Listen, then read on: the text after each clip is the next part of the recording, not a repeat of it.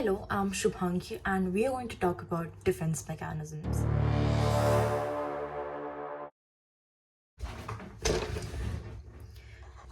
So now we will talk about 15 different defense mechanisms. So I will be reading out a simplified, kind of a definition from this one part of a book, and I will link the website down below for anybody who wants to check it out. So the first one that we will be So the first one is denial. So denial refers to dismissing external reality and instead focusing on internal explanations or fallacies and thereby avoiding the uncomfortable reality of the situation. So this basically talks about how when we are under denial, we often tend to overlook the facts and we tend to stick to these things that we believe from internally. So this basically talks about how our brain tends to completely avoid the external reality and tends to focus on the internal beliefs, the internal values, the internal feelings that one has. So this is often seen when individuals whose really loved one or a really close person has passed away, and these 5 stages of grief. So the first stage comes from denial. They are not ready to accept the fact that they are gone because they are not ready to accept a world without that particular person. So it is really hard for those people to actually understand and emotionally regulate these things and actually get used to this, because this is such a drastic thing from what they actually believe, and they're not able to see things for what they actually are. Second one is repression. Repression is one of the most common defense mechanisms seen. So it is basically subconsciously blocking ideas or impulses that are undesirable. So this basically talks about how our brain tends to completely discard these memories and these pieces of information that it does not necessarily require. So this usually has been seen while somebody has been in an accident, and even though they know exactly how it took place and they were right there, but they don't remember the details of the accident.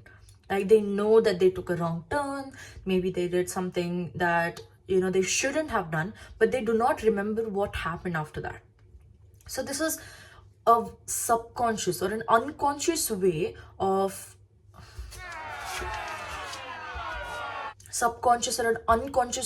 completely repressing these pieces of information. And this is something that people don't even realize that it is not existing in the first place unless they have been triggered by something or they get to know a piece of information from.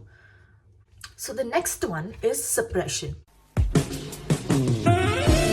Suppression is nothing but consciously choosing to block ideas or impulses that are undesirable, as opposed to repression, a subconscious process. So what repression was that it is a subconscious process, a process that we are not consciously aware of, right? And suppression, on the other hand, is something that we deliberately do, something that is a conscious process.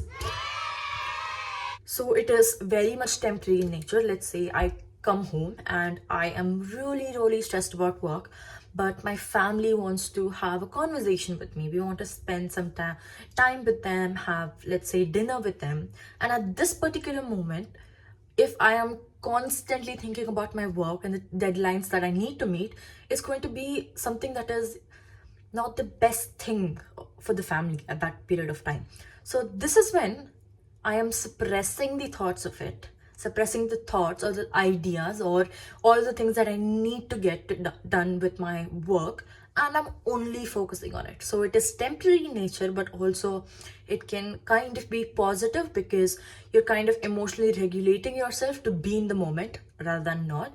But this can also go to an extreme level where you are constantly not trying to actually process your feelings.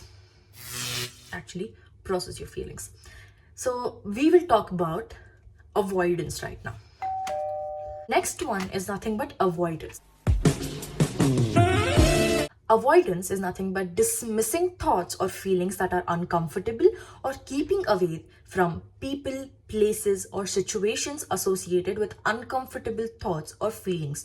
So, in such situations, a person would completely not go to a place which made them feel very embarrassed, right? Because they don't want to remember that particular event, they don't want to be in that particular environment which can make them remember or trigger their memories. So this is more, so when we spoke about suppression, it is more about keeping it aside for a while and then maybe working on it. But when you don't work on it and you're constantly just pushing it away again and again, all you're doing is not talking about it, or at least pretending that it doesn't exist. It is the same way that you have been through a breakup and you refuse to talk about it. You refuse to talk about your feelings, you refuse to talk about what exactly happened, how did you process it, or did you process it at all. And all you're doing is pretending like it doesn't matter. So what you're doing is pushing away all of the emotions and not actually processing these emotions. You know that it kind of affects you, but you're not even thinking about it. So just by avoiding the whole thought of, the breakup, you think that, I can get over it, sigma. So yeah, that's not how it works.